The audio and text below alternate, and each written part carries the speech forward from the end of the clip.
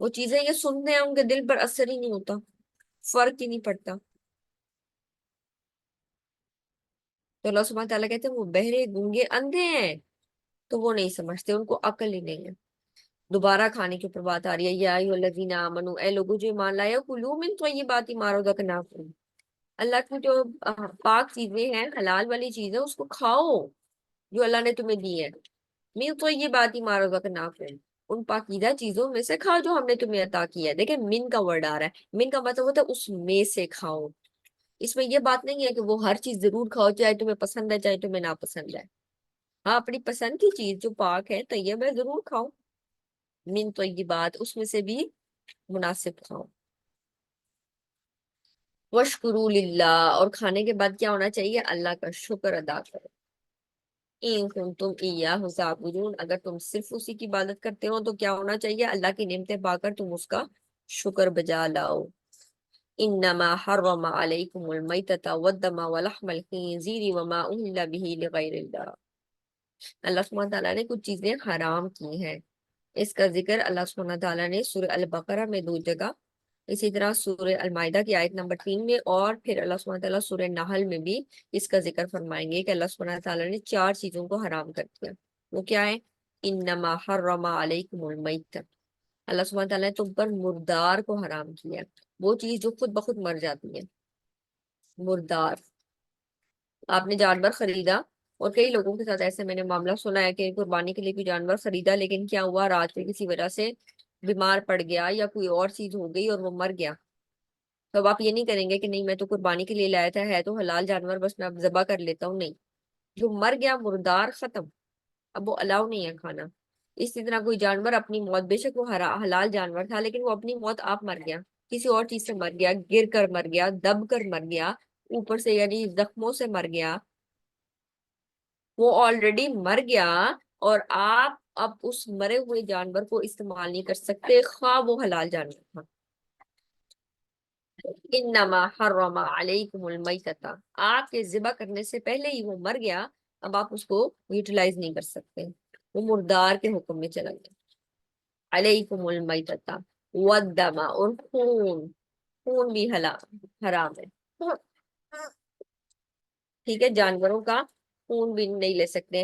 اس کے بارے میں حدیث میں آتا ہے کہ اللہ سبحانہ تعالیٰ نے تمہارے اوپر 2 مردار اور 2 خون حلال کیے ہیں. 2 مردار کون سے حلال ہیں؟ مچھلی، مچھلی اس حکم سے بغیر ہے. ٹھیک ہے، مچھلی اور ٹڈی، یہ جو گراس ہوپرس ٹائپ ہے. تو اللہ سبحانہ تعالیٰ نے تمہارے لیے 2 مردار حلال کیے ہیں. تو مچھلی پانی سے نکلتی ہے، مر جاتی ہے نا، کوئی اس کو ذبح تو نہیں کرتا ہے، لیکن وہ والا مردار ہے جو آپ کے لیے جائز ہے کھانا. تو اور اسی طرح ٹڈی، ٹھیک ہے، یہ وہ والی ٹڈی نہیں جو آپ گھر میں دیکھتے ہیں، یہ دوسری ٹڈی ہے، تھوڑی سی بڑی ہوتی ہے سائز میں. ہم لوگ کو ظاہر سے کراہت آتی ہے کیونکہ ہمارے یہاں وہ چیز کھائی نہیں جاتی ہے. اس طرح کچھ لوگ پرانس اور ان چیزوں کو نہیں کھاتے، حالانکہ وہ ڈفرینٹ جو مذاہب ہیں اس میں جائز ہوتی ہے، لیکن احناف کے یہاں خصوصاً اس چیز کو اتنی اہمیت نہیں ہوتی، جائز نہیں ہوتی، تو اس لیے کچھ لوگ نہیں کھاتے، یا آپ کے ٹیسٹ کے موافق نہیں ہوتی تو آپ اس کو نہیں کھاتے. تو وہ دما، اور 2 خون کون سے حرام ہے؟ جگر، لیور اور تلی. ٹھیک ہے، یہ 2 خون حلال ہیں، اور 2 یہ جو مردار ہیں جس میں مچھلی آ گئی اور ٹڈی آ گئی، یہ حلال ہے. اس کے علاوہ باقی جو چیز ہے، جو خون ہے، یہ جائز نہیں ہے. ودما، اس لیے ہمیں ایسے طور پر ذبح کرنے کا حکم دیا گیا ہے نا کہ بالکل جو جھٹکے سے مار دیتے ہیں نا، کچھ جگہوں پر ایسے ہیں کہ جہاں پر جھٹکے سے چیزوں کو ذبح کیا جاتا ہے، تو اس میں کیا ہوتا ہے، خون پوری طرح بدن سے نہیں نکلتا، تو اس میں نجاست پڑی رہتی ہے. اس لیے بے شک اللہ کا نام لیا لیکن اس طریقے پر ذبح نہیں کیا جس طریقے پر سکھایا گیا ہے، تو وہ چیز بھی جائز نہیں ہوگی. تو جھٹکے سے نہیں کرنا کہ بس ایک ہی جھٹکے سے گردن اتار دینا، تو اس سے کیا ہوتا ہے، پراپر جو خون ہے وہ نہیں نکلتا. تو انما حرم علیکم المیتۃ، اللہ سبحانہ تعالیٰ نے حرام کیا تمہارے اوپر مردار، والدما، اور خون، ولحم الخنزیر، اور خنزیر کا گوشت. تو اس سے یہ مراد نہیں ہے کہ اچھا صرف گوشت حرام ہے اور اس کی چربی جو ہے نا حلال ہے، یا اس کی باقی چیزیں حلال ہے، نہیں، وہ پورا کا پورا حرام ہے. کیونکہ میجر چیز ایک چیز کی گوشت ہی، اور ہر چیز گوشت کے انڈر آ رہی ہے، اس وجہ سے باقی چیزیں بھی حرام ہوں گی. خنزیر پورا کا پورا حرام ہے، اس سے یہ چیز نہیں ہوگی صرف گوشت حرام ہے، اور اس کا جو باقی چیزیں آزاد وہ شاید حلال ہو جائیں گے، تو ایسی بات نہیں ہے۔ وما اہل بہ لغیر اللہ، اور ہر وہ چیز جس پہ اللہ کے علاوہ کوئی بھی نام لیا گیا۔ اہل اہل سے نکلا ہے، اہل کا مطلب ہوتا ہے بلند آواز میں نام لینا۔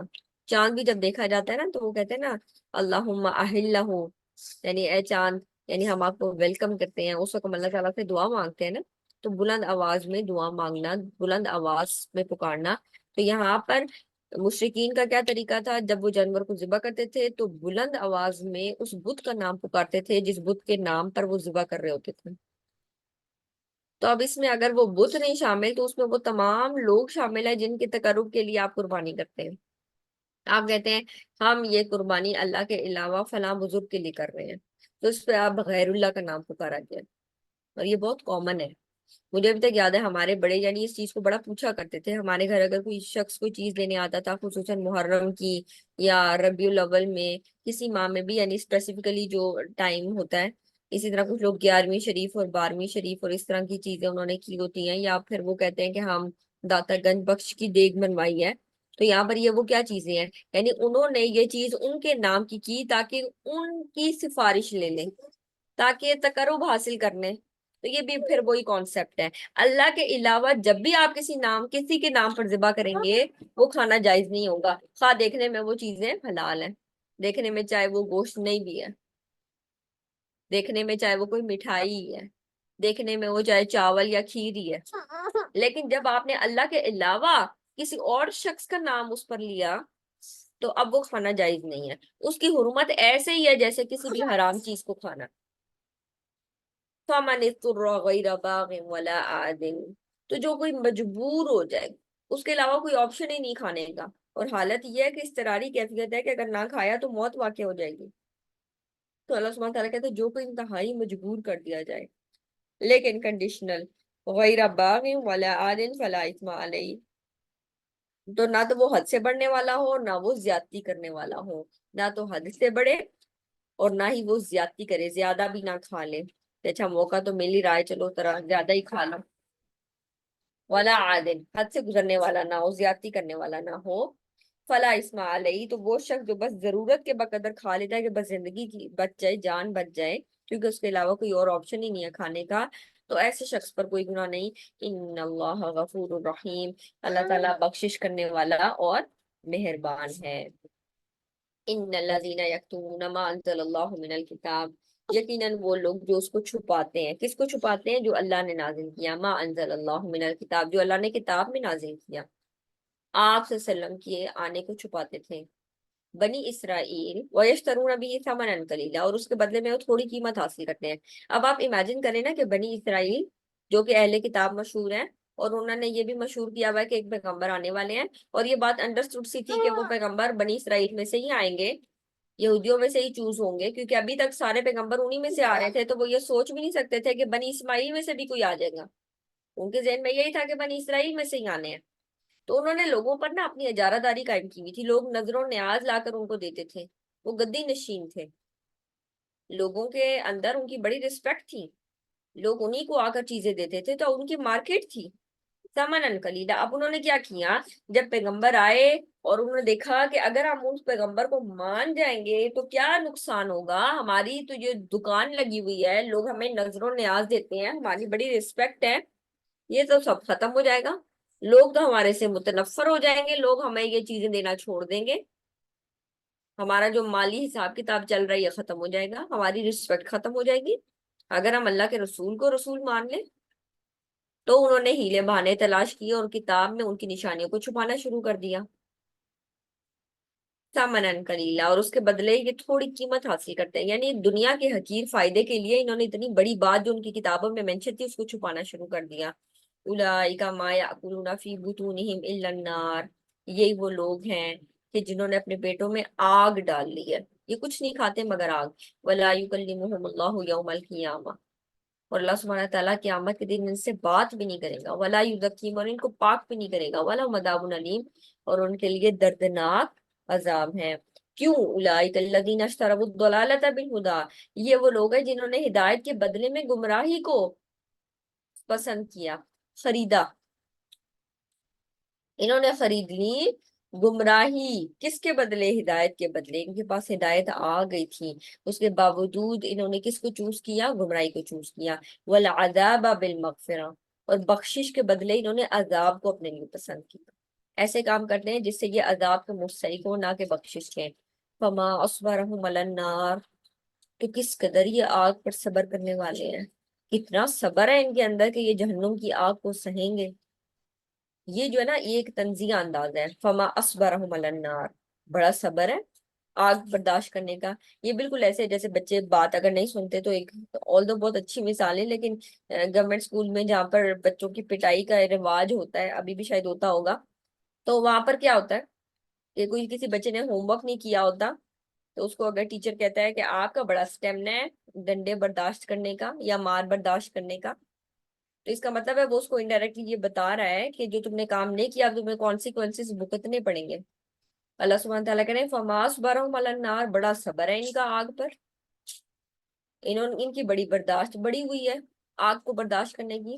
اور وہ آگ جو جہنم کی آگ ہے، وہ اس دنیا کی آگ پر اس کو نہیں لینا، وہ تو اس سے 69 ٹائم زیادہ شدید ہے. اس آگ سے جب انسان جل جاتا ہے تو انسان کا کیا حال ہوتا ہے؟ خواتین کو تو اس چیز کا زیادہ سامنا ہوتا ہوگا، کیونکہ ایسا ہو نہیں سکتا آپ کچن میں کام کرتے ہو اور کبھی ایسا نہ ہوا کہ کوئی چیز گرم آپ کے ہاتھ میں نہ لگی ہو. کبھی کوئی برتن لگ جاتا ہے، کبھی آپ کا توے پہ آ جاتا ہے، کبھی کوئی ایسی چیز ہوتی ہے نا، بھاپ لگ جاتی ہے، چھینٹ پڑ جاتی ہے آئل کی. ابھی صرف یہ تھوڑی تھوڑی چیزوں میں ہوتا ہے اور انسان کو کہتا ہے کہ اتنی زیادہ تکلیف ہوتی ہے. فما اصبرهم علی النار، تو کتنا صبر ہے ان کا کہ یہ جہنم کی آگ پر صابر ہے، اس میں خوش ہے. ذالک بأن اللہ نزل الکتاب بالحق، یہ ان عذاب کا باعث یہی ہے کہ اللہ سبحانہ تعالیٰ نے تو سچی کتاب اتاری تھی. یہ عذاب ان کو کیوں ملے گا؟ یہ اس وجہ سے کہ اللہ تعالیٰ نے تو سچی کتاب اتاری تھی، حق کے ساتھ کتاب اتاری تھی، حق ان کے لیے واضح ہو گیا تھا. وَإِنَّ الَّذِينَ اخْتَلَفُوا فِي الْكِتَابِ، تو پھر وہ لوگ جنہوں نے کتاب کے اندر اختلاف کیا، لفی شقاق بعید، وہ دور کی گمراہی میں، وہ دور کی مخالفت میں. اب یہ ایک مخالفت میں پڑے ہوئے ہیں، انہوں نے اچھی چیز کو، صحیح چیز کو فالو نہیں کرنا، بلکہ یہ دوسری چیزوں کو فالو کرنے میں لگے ہوئے ہیں. تو اس وجہ سے ان کو آگ کا عذاب چکھنا پڑے گا. وآخر دعوانا ان الحمد للہ رب العالمین. سبحانک اللہم وبحمدک، نشہد ان لا الہ الا انت، نستغفرک ونتوب الیک. السلام علیکم ورحمۃ اللہ وبرکاتہ.